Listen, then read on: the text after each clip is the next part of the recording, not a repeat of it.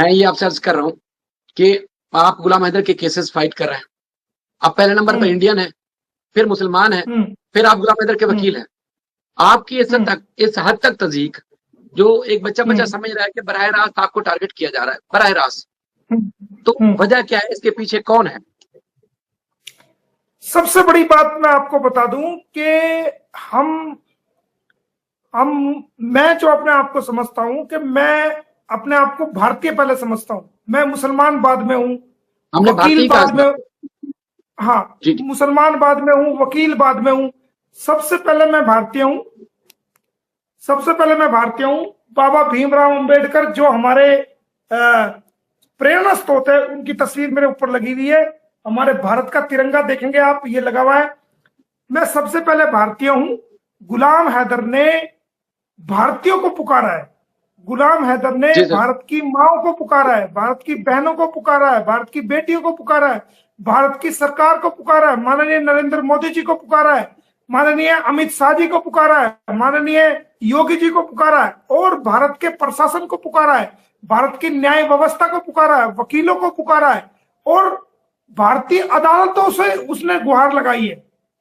तो मैं एक भारतीय होने के नाते, ना मैं हिंदू हूं, ना मैं मुसलमान हूं, ना मैं सिख हूं, ना मैं ईसाई हूं, मैं सबसे पहले एक भारतीय होने के नाते गुलाम हैदर की, जिसको उसने पुकारा है, मेरे पिताजी कहते थे, और हम भारतीयों का ये वसूल है कि हम कोई भी मेहमान आ जाता है, हम उसको अतिथि देवो भव यानी कि मेहमान देवता तुल्य मानते हैं।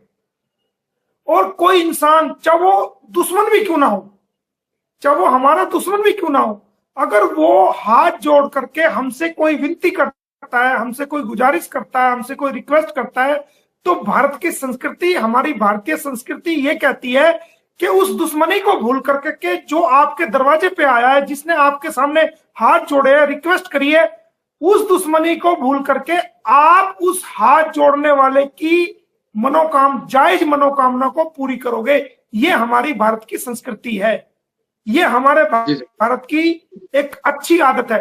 तो मैं एक भारतीय होने के नाते उसकी मदद कर रहा हूं। मेरे भारत के लोग, मेरी भारत की बहनें, मेरी भारत की माएं, मेरी भारत की बेटियां, वो ये नहीं देख रहे कि ये पाकिस्तान का है, वो ये नहीं देख रहे कि ये पाकिस्तानी है, नहीं, वो ये देख रहे कि ये एक पिता है, ये एक अभागा बाप है, इसके साथ जुल्म हुआ है। इस नाते से वो सभी लोग गुलाम हैदर की सपोर्ट कर रहे हैं। और उसके बाद आ जाओ कि ये काम करने का तरीका क्या। अब मैं वकील हूं, पहले मैं भारतीय हूं, फिर मैं वकील हूं, कि मेरा क्या दायित्व है एक भारतीय वकील का, जिसको एक पूरी दुनिया के लोग देख रहे हैं, जो एक इंसानियत के नाते मैंने जो केस लिया है, कोई लालच नहीं, कोई फीस का लालच नहीं, कोई पैसों का लालच नहीं, कोई ये मुकदमा पाकिस्तान का नहीं, बल्कि एक अभागे पिता का मुकदमा मैंने लिया है। तो मैं उसको जिम्मेदारी के साथ, बिना झुके, बिना बिके और बिना घबराए, बोल्डनेस के साथ, ईमानदारी के साथ, कानूनी हक के साथ, कानूनी नॉलेज के साथ इस केस को मैंने किया है और मैंने कर दिया है। दुश्मनों का मुकाबला करते हुए जो मेरे सामने से जो आंधी है, जो खतरनाक आंधी जो चल रही है, उस आंधी को चीरते हुए मैं आंधी की डायरेक्शन में नहीं बहा हूं कि जिस रुख को आंधी जा रही है उसके साथ मैं उसी डायरेक्शन में चला जाऊं, जिस रुख को आंधी जा रही है मैं उसी रुख में चला जाऊं, नहीं, बल्कि आंधी जिस रुख से आ रही है उस डायरेक्शन को छाती खोलकर चीरता हुआ निकलाऊं और निकल के दिखाऊंगा, पूरी दुनिया को दिखा दूंगा कि इंसानियत की जीत कभी ना हारी है, ना हारी थी और ना कभी हारेगी। इंसानियत पहले है, धर्म, जाति, ये सब चीज बाद में। बाउंड्रीज, किसी भी मुल्क की बाउंड्रीज हैं, ये यहाँ का है, वहां का है। इंसानियत को की कोई बाउंड्रीज नहीं है। इंसानियत किसी भी इंसान के साथ हो सकती है। कल को कोई हमारा भारतीय पाकिस्तान में फंस जाए तो आप जैसा कोई ना कोई व्यक्ति ऐसा खड़ा हो सकता है इंसानियत के नाते, जो बेकसूर फंस जाए, तो वो हम लोग तो वहां जा नहीं सकते, उनके लिए कौन खड़ा होगा? उनके लिए आप जैसे लोग खड़े होंगे जो इंसानियत को मानते हो, जो बेकसूर फंस गया हो। तो ये जो गुलाम हैदर के जो बच्चे हैं, ये बेकसूर हैं। इनको इनकी मां ने अपनी हवस मिटाने के लिए, अपनी नाजायज संबंध को बनाने के लिए इन बच्चों की जिंदगी को तबाह और बर्बाद किया है। और मैं आपको बता दूं, आज तक इन बच्चों का कहीं भी स्कूल में एडमिशन रेगुलर नहीं हुआ है। तो इन 1 साल हो गया, तो वहां अच्छे वाले स्कूल में पढ़ रहे थे, तो अपना घर बर्बाद कर दिया, सामान बर्बाद कर दिया, रिश्ते बर्बाद कर दिए, फैमिली बर्बाद कर दी, बच्चों का भविष्य बर्बाद कर दिया, अपने रिश्तेदारों से ताल्लुक बर्बाद कर दिया, अपने देश को ये जो गालियां निकालती है, हमारे भारत में आकर के हमारे भारत की बहनों को गालियां निकाल रही है, हमारे भारतीयों को गालियां निकाल रही है, भारत के मुसलमानों को गालियां दे रही है, भारत के हिंदू भाइयों को गालियां दे रही है, हिंदू बहनों को गालियां दे रही है, भारतीय वकीलों को गालियां दे रही है। तो ये क्या है? हमने जो हमें गालियां दे रही है, मैंने तो आज तक कोई गाली नहीं दी इसको। मैंने तो सचिन को भी, सचिन के अलावा आज तक दुनिया पता नहीं क्या क्या बोलती है, मैंने सचिन को आज तक सचिन के अलावा कुछ भी नहीं कहा। मेरा एक ही नारा है शुरू से, गुलाम हैदर के बच्चों को, उस बाप को जिसके साथ धोखा हुआ है, उसके बच्चों को उसको दिलवाऊंगा और इसको जेल कराऊंगा। मेरा 2 ही मकसद है। मैंने तो आज तक ये भी नहीं कहा कि भाई सचिन को मैं जेल कराऊंगा। मैंने कहा है आज तक? सुना आपने किसी ने? नहीं। क्योंकि सचिन हमारा भारतीय है। हो सकता है कि मैं उसको कहीं ना कहीं किसी कॉर्नर पे उसके लिए सॉफ्ट कॉर्नर कर लूं, क्योंकि वो इंडियन है और मैं नहीं चाहता मेरे हाथ से किसी इंडियन का नुकसान हो। मैं नहीं चाहता मेरे हाथ से मेरे भारत के किसी लोग का कोई, मेरी कलम से उसका नुकसान हो या उसको जेल हो। लेकिन अगर अगर अगर अगर वो लोग नहीं मानेंगे तो फिर मुझे मजबूरन उन लोगों को भी घसीटना पड़ेगा और मैं उनको घसीट रहा हूं, उनको जेल में करवाऊंगा।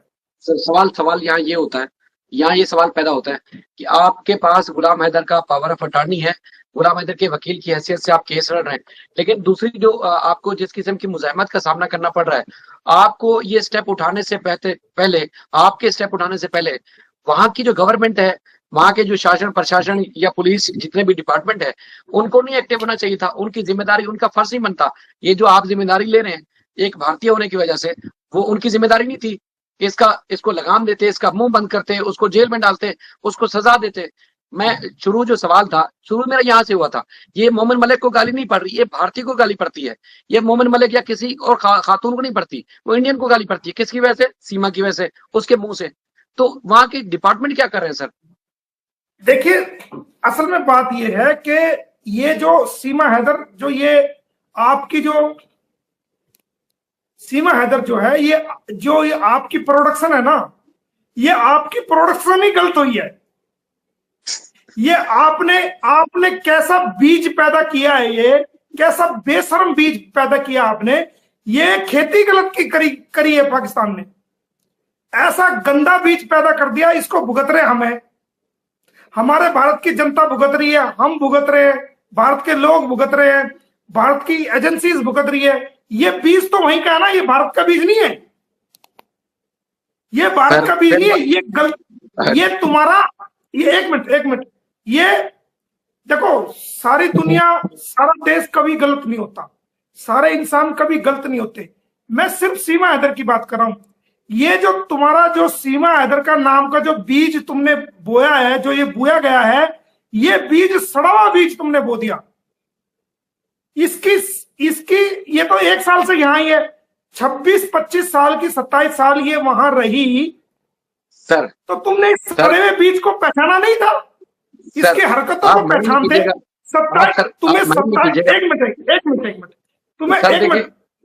तुम्हें देखो, 1 मिनट, तुम्हें शायद बुरा ना लगे, लेकिन मैं अपनी बात कहने दो। 27 साल तक ये पाकिस्तान में रही, तुमने 27 साल तक इसको पहचान के इस पर कार्रवाई क्यों नहीं की? पूत, जो बिगड़ा हुआ पूत होता है ना, बिगड़ा हुआ बच्चा होता है, उसके पांव तो पालने में दिख जाते हैं, इसके पैर तुम्हें पालने में दिखाई नहीं दिए। 27 साल तक तुमने, सुनो 1 मिनट, 27 साल तक तुमने क्या किया?